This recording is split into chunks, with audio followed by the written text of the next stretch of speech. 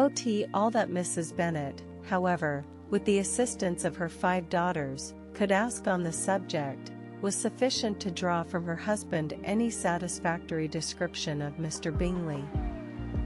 They attacked him in various ways, with barefaced questions, ingenious suppositions, and distant surmises, but he eluded the skill of them all, and they were at 11 last obliged to accept the second-hand intelligence of their neighbour, Lady Lucas. Her report was highly favourable. Sir William had been delighted with him. He was quite young, wonderfully handsome, extremely agreeable, and, to crown the whole, he meant to be at the next assembly with a large party. Nothing could be more delightful. To be fond of dancing was a certain step towards falling in love, and very lively hopes of Mr. Bingley's heart were entertained.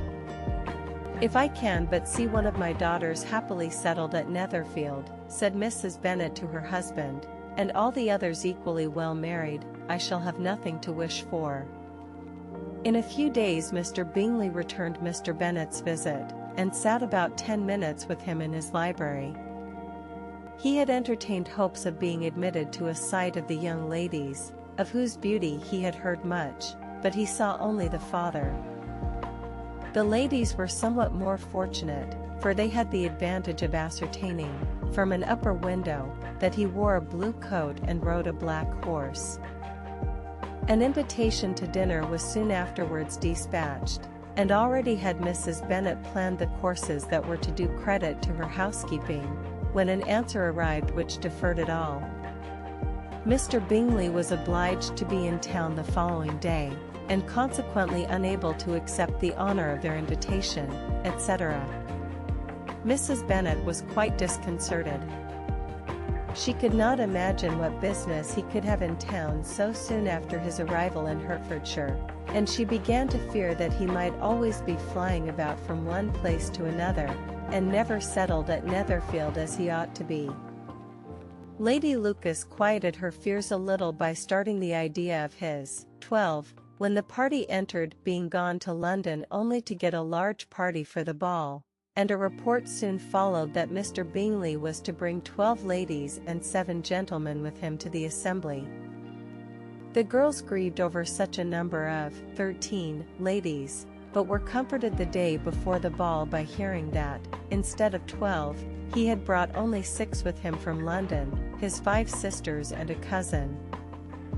And when the party entered the assembly room, it consisted of only 5 altogether: Mr. Bingley, his 2 sisters, the husband of the eldest, and another young man. Mr. Bingley was good-looking and gentlemanlike. He had a pleasant countenance, and easy, unaffected manners. His sisters were fine women, with an air of decided fashion. His brother-in-law, Mr. Hurst, merely looked the gentleman, but his friend Mr. Darcy soon drew the attention of the room by his fine, tall person, handsome features, noble mien, and the report, which was in general circulation within 5 minutes after his entrance, of his having 10,000 a year. The gentleman pronounced him to be a fine figure of a man, the ladies declared he was much handsomer than Mr. Bingley, and he was looked at with great admiration for about half the evening, till his manners gave a disgust which turned the tide of his popularity, for he was discovered to be proud, to be above his company, and above being pleased, and not all his large estate in Derbyshire could save him from having a most forbidding, disagreeable countenance, and being unworthy to be compared with his friend. Mr. Bingley had soon made himself acquainted with all the principal people in the room. He was lively and unreserved, danced every dance, was angry that the ball closed so early, and talked of giving one himself at Netherfield. Such amiable qualities must speak for themselves. What a contrast between him and his friend! Mr. Darcy danced only once with Mrs. Hurst and once with Miss Bingley, declined being introduced to 14 any other lady, and spent the rest of the evening in walking about the room, speaking occasionally to one of his own party. His character was decided. He was the proudest, most disagreeable man in the world, and everybody hoped that he would never come there again. Amongst the most violent against him was Mrs. Bennet, whose dislike of his general behavior was sharpened into particular resentment by his having slighted one of her daughters. Elizabeth Bennet had been obliged, by the scarcity of gentlemen, to sit down for 2 dances, and during part of that time, Mr. Darcy had been standing near enough for her to overhear a conversation between him and Mr. Bingley, who came from the dance for a few minutes to press his friend to join it. "Come, Darcy," said he, "I must have you dance. I hate to see you standing about by yourself in this stupid manner. You had much better dance." "I certainly shall not. You know how I detest it, unless I am particularly acquainted with my partner. At such an assembly as this, it would be insupportable. Your sisters are engaged, and there is not another woman in the room whom it would not be a punishment to me to stand up with." "I would not be so fastidious as you are," cried Bingley, "for a kingdom. Upon my honor, I never met with so many pleasant girls in my life as I have this evening, and there are several of them, you see, uncommonly pretty."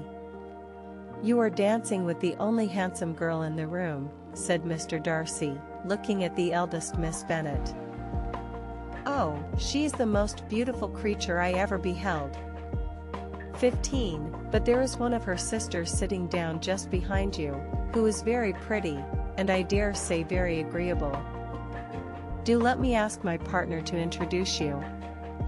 "She is tolerable, which do you mean?" And turning round, he looked for a moment at Elizabeth, till, catching her eye, he withdrew his own, and coldly said, "She is tolerable, but not handsome enough to tempt me, and I am in no humor at present to give consequence to young ladies who are slighted by other men.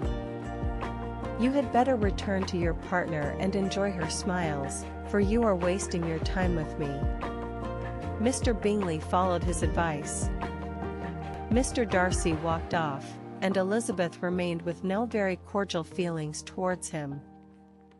She told the story, however, with great spirit among her friends, for she had a lively, playful disposition, which delighted in anything ridiculous. The evening altogether passed off pleasantly to the whole family. Mrs. Bennet had seen her eldest daughter much admired by the Netherfield party. Mr. Bingley had danced with her twice, and she had been distinguished by his sisters. Jane was as much gratified by this as her mother could be, though in a quieter way. Elizabeth felt Jane's pleasure.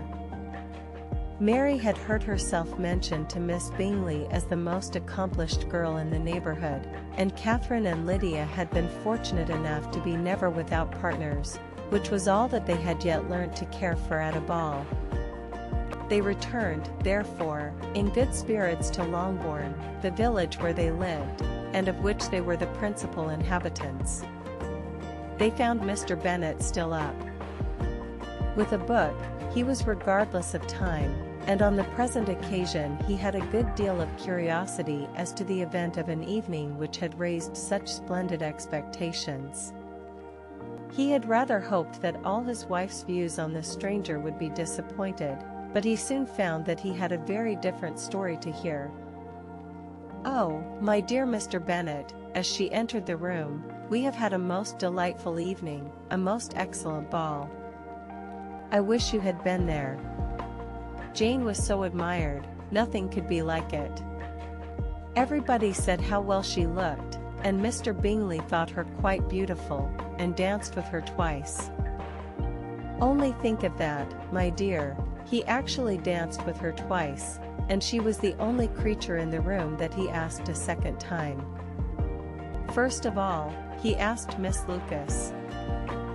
I was so vexed to see him stand up with her, but, however, he did not admire her at all.